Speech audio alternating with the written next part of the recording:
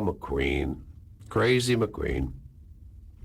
McQueen and I got along pretty good. McQueen looked at me kind of like an older brother. James Garner, the legendary star of Maverick and the Rockford Files, was celebrated for his wit, charm, and honesty. Yet there was one story he kept hidden for decades. His time on The Great Escape wasn't just a cinematic milestone. It was the backdrop for a fiery clash with Steve McQueen, one of Hollywood's most enigmatic stars. Now, long after Garner's passing, his candid revelations about McQueen have surfaced, exposing a side of their relationship few could have imagined. What secrets did Garner take to the grave? The truth is finally out, but before we dive into these stunning revelations, let's explore the early events that shaped the connection between James Garner and Steve McQueen. The untold battles of James Garner. James Garner wasn't just a Hollywood icon. He was a man who overcame extraordinary challenges to become one of the most beloved actors of his generation. Known for his effortless charisma, he brought life to characters like the sly gambler Brett Maverick and the unflappable Jim Rockford, leaving an indelible mark on both television and film. Born James Scott Garner on April 7, 1928, in Denver, Oklahoma, Garner's early years were anything but easy. Growing up during the Great Depression, he lost his mother at just 5 years old when she tragically passed away during a botched abortion. His father, Weldon Garner, owned a hardware store but struggled to provide for Garner and his two older brothers after the loss of his wife. When a fire destroyed the family's hardware store, Weldon turned to alcohol, and the effects were devastating. Garner and his brothers endured neglect and abuse, often being forced to sing for their meals and punished if they refused. Eventually, Weldon remarried, but the boys' suffering only deepened. Garner described his stepmother, Wilma, as cruel, recounting incidents where she reportedly hit him with tree branches and dressed him in women's clothing as a form of humiliation. At the age of 14, Garner could take no more. During a violent confrontation, he fought back, overpowering Wilma in self-defense. Despite his chaotic upbringing, Garner's resilience carried him forward. He took on a variety of odd jobs, including a short stint in the merchant navy that ended due to chronic seasickness. He even worked as an underwear model for a time, an ironic footnote in the life of a man destined for Hollywood stardom. In 1950, Garner was drafted into the U.S. Army and deployed to Korea with the 5th Regimental Combat Team of the 24th Division. His time in the Korean War was grueling. Just 2 days after arriving, he was injured by shrapnel from a mortar attack, and months later, he was wounded again, this time by friendly fire. These injuries earned him 2 Purple Hearts, though Garner rarely spoke about his service, preferring to downplay his heroism. A lesser-known but fascinating quirk of Garner's life was his intense aversion to garlic, which he developed during his military service. This sensitivity played an unexpected role in his survival. On one occasion, his unit's meal was unknowingly poisoned, but Garner avoided it entirely because of its garlic content. Garner's quick instincts also proved life-saving. One freezing night while on guard duty, he caught the faint scent of garlic in the air. Knowing that enemy soldiers often consumed garlic-heavy diets, he realized they were close. He alerted his unit, and they successfully ambushed the enemy, likely preventing a deadly attack. Gregory secured Garner his first role in the Caine Mutiny Court-Martial, where he appeared as a non-speaking member of the court. Though the role was small, it opened the door to bigger opportunities. Garner went on to land a part in Sayonara alongside Marlon Brando, but his big break came in 1957 when he was cast as Brett Maverick in the Western series Maverick. The show's success wasn't a foregone conclusion. Many doubted it could compete with the likes of The Ed Sullivan Show and The Steve Allen Show. But Garner, with his natural charm and sharp comedic timing, brought something unique to the role. Within years, Maverick became a runaway hit, solidifying Garner as a household name and proving to Hollywood that his talent was unmatched. However, Garner's departure from the show was motivated by more than just his newfound fame. Why James Garner left Maverick? James Garner quickly became the heart and soul of Maverick, charming audiences with his sly wit and effortless charisma as Brett Maverick. The show was a massive hit, and Garner's career was soaring. But in 1960, a writer's strike brought Hollywood to a halt, setting the stage for a dramatic conflict between Garner and the studio that would ultimately change his career. With the strike, production on Maverick ground to a halt. No scripts meant no new episodes, and as far as Warner Brothers was concerned, no work for Garner. Despite his rising stardom, he was earning just $1,250 a week when the studio abruptly laid him off. citing the lack of scripts. Garner felt betrayed. The decision ignited a fire in him, one that pushed him to take a stand against the studio's unfair practices. Warner Brothers tried to make amends, offering Garner a raise and a new contract, but the damage was done. Garner had grown disillusioned with the studio system, likening himself to a puppet controlled by the whims of executives. Determined to take charge of his career, he made the daring decision to walk away from Maverick. Despite losing its star, Warner Brothers wasn't ready to let go of Maverick. The show's popularity endured, and Jack Kelly, who played Bart Maverick, remained.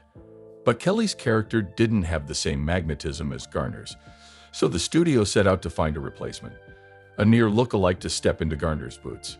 Enter Robert Culbert, a relatively unknown actor who bore a striking resemblance to Garner. Warner Brothers dressed him in the same wardrobe and coached him to mimic Garner's mannerisms, renaming his character Brent Maverick. The Maverick legacy and the rivalry behind The Great Escape. Robert Culbert, who was brought in to replace James Garner as Brent Maverick, was uncomfortable with the plan, joking that he'd rather play a woman named Brenda than be a copy of Garner. The studio also introduced another Maverick, Bo Maverick, portrayed by a young Roger Moore, who would later become James Bond. While the idea of multiple Maverick cousins sounded promising, the show missed a golden opportunity by keeping the characters in separate storylines. This fractured approach hindered the series, and eventually, both Moore and Culbert departed, leaving Jack Kelly to carry the show alone in its final season. Originally, the studio had a different vision for Bo Maverick. They wanted the character to be worldly and sophisticated, with a British accent to match. For this role, they approached Sean Connery, a rising star at the time. Connery flew to Hollywood to discuss the part but turned it down, choosing instead to focus on bigger opportunities like the James Bond franchise, which would cement his place in cinematic history. Roger Moore, who had been starring in The Alaskans, took over as Bo Maverick. Interestingly, The Alaskans also faced challenges during the writer's strike, leading Warner Brothers to recycle old Maverick scripts for the show. This cost-cutting measure didn't go unnoticed. Moore himself recognized the recycled plots, and the series was canceled after just 37 episodes. The film captured the spirit of the original series, blending adventure and humor, with Gibson channeling Garner's charm. Fittingly, James Garner joined the cast as Marshal Zane Cooper, a role that would take on greater significance by the film's end. Garner's presence brought a sense of nostalgia and continuity, deepening the connection between the film and its TV roots. Interestingly, Paul Newman had initially been considered for the role of Zane Cooper, but when he declined, the part went to Garner, a poetic twist given his ties to the Maverick legacy. The 1994 Maverick film was both a critical and commercial success, with audiences and critics alike praising Garner's seamless return to the franchise, celebrating the way he once again brought the Maverick world to life. However, it was Garner's earlier breakout role in The Great Escape that cemented his stardom. But behind the scenes of that iconic film, a fierce rivalry unfolded, leaving a lasting mark on its production. The rivalry behind The Great Escape. After his success in Maverick, James Garner stepped into a new challenge with the 1963 war drama The Great Escape. Based on a true story, the film chronicled a daring prison break by Allied prisoners of war during World War II. Directed by John Sturges, the movie became a defining moment in Garner's career, showcasing his ability to portray a resourceful and heroic character. It also solidified his place alongside Hollywood greats like Steve McQueen, whose role in the film would become one of his most iconic. The story unfolds in a German POW camp, where Allied prisoners, including Americans, British, and Australians, are held under heavy surveillance. Determined to escape, the prisoners rally under the leadership of Big X, played by Richard Attenborough. Each prisoner brings their own expertise to the plan. Garner's character, Hendley, nicknamed the Scrounger, charms his way into acquiring the necessary supplies for the escape. Meanwhile, McQueen's Cooler King captivates audiences with his rebellious spirit, and Charles Bronson's Tunnel King endures claustrophobic struggles to dig the escape tunnels. Despite numerous setbacks, including the discovery of one tunnel, the group remains undeterred. The film's gripping story and unforgettable characters earned it a lasting place in cinematic history. While The Great Escape was loosely based on Paul Brickhill's true account, the screenplay was crafted to highlight the talents of its ensemble cast. The result was a film filled with suspense, camaraderie, and unyielding hope that resonated with audiences worldwide. On set, Steve McQueen, still on the rise as a Hollywood star, was determined to leave a lasting impression. His rivalry with Garner became evident as McQueen pushed for more screen time, particularly frustrated by the charm and resourcefulness of Garner's Scrounger, a role that often stole the spotlight. When the film debuted in 1963, it received mixed critical reactions. Some, like the New York Times' Bosley Crowther, dismissed the film as overly mechanical and lacking emotional depth. Others, including Time magazine, praised its realistic depiction of the German setting, the well-paced narrative, and its impeccable casting. Despite its divisive reviews, The Great Escape went on to become a timeless classic, beloved by audiences, and celebrated for its thrilling story of bravery and sacrifice. James Garner finally breaks silence on Steve McQueen. Hollywood has always been a hub of glitz, glamour, and inevitably drama. From the golden age of cinema to the present day, rivalries and feuds between stars have captivated fans and fueled countless headlines. Fueled by jealousy, ego, and competition, these conflicts often reveal the human side of larger-than-life personalities. James Garner, known for his charm, easygoing nature, and professionalism, wasn't entirely immune to Hollywood feuds. Though he generally maintained positive relationships with his colleagues, his feelings toward Steve McQueen were notably less amicable. Despite working together on the iconic film The Great Escape, their relationship was marked by tension and clashing personalities. Garner, ever the straight shooter, later expressed his candid opinion of McQueen in his 2011 memoir, The Garner Files.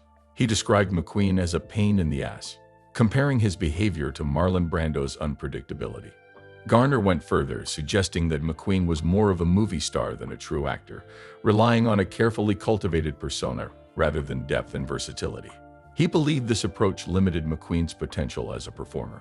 Garner's frustrations weren't limited to McQueen's acting, but also extended to his James Garner's candid reflections and hidden struggles. James Garner, the beloved Hollywood icon known for his roles in Maverick and the Rockford Files, wasn't just a charming actor. He was a man with a sharp wit and a willingness to speak his mind. In his 2011 memoir, The Garner Files, he didn't hold back, sharing candid thoughts about his co-stars, his career, and his personal struggles. Garner on Steve McQueen. A complicated rivalry. Garner's relationship with Steve McQueen, his Great Escape co-star, was fraught with tension. Garner described McQueen as insecure, jealous, and difficult to work with. McQueen's wife, Neil, even confided in Garner about her husband's struggles with insecurity and unfounded suspicions of infidelity. Despite this, Garner saw McQueen as more troubled than malicious, often playing the role of a mentor or older brother. However, McQueen's erratic behavior, including falsely accusing Garner of being unfaithful to Neil, strained their relationship. Clashes with Charles Bronson. Garner's experience with another Great Escape co-star, Charles Bronson, was far less forgiving. He described Bronson as bitter and belligerent, recalling a heated argument during a poker game when Bronson refused to pay a struggling Hollywood extra his winnings. Garner, always standing up for what he believed was right, insisted Bronson pay up, leading to a near-physical altercation. Even years later, the two couldn't let go of their lingering resentment. Garner's honest take on Hollywood. Garner didn't shy away from criticizing other Hollywood figures. He called out Charlton Heston for his stiff acting style and labeled Jack Warner, the head of Warner Bros., as one of the rudest men he'd ever met. Garner's memoir also revealed a more rebellious side, including his experimentation with substances like marijuana and cocaine, and a memorable experience doing lines with comedian John Belushi. The struggles behind the Rockford Files. Garner's role as Jim Rockford in the Rockford Files cemented his status as a TV legend, but it came at a cost. His dedication to performing his own stunts, including high-speed car chases, took a toll on his body, particularly his knees and back. By the show's sixth season, doctors warned him to cut back, and the series ended in 1980. Garner also faced an 8-year legal battle with Universal Studios over unpaid royalties, which he ultimately won. Health battles and resilience. Garner's health struggles were a recurring theme in his later years. Chronic injuries from stunts, heart surgery in 1988, and a debilitating stroke in 2008 slowed him down. Despite these challenges, he remained resilient, even pushing through a dislocated shoulder while filming Space Cowboys with Clint Eastwood. Garner's toughness was evident in real life too, as seen in a harrowing road rage incident where he stood his ground after being attacked. James Garner passed away on July 19, 2014, at the age of 86 due to a heart attack. His legacy lives on through his iconic roles, his candid memoir, and the enduring love of fans who admired his charm, wit, and authenticity. Garner's life was a testament to resilience, both on and off the screen, proving that even Hollywood legends face their share of struggles. If you enjoyed this glimpse into James Garner's life, don't forget to like, subscribe, and turn on post notifications for more engaging content.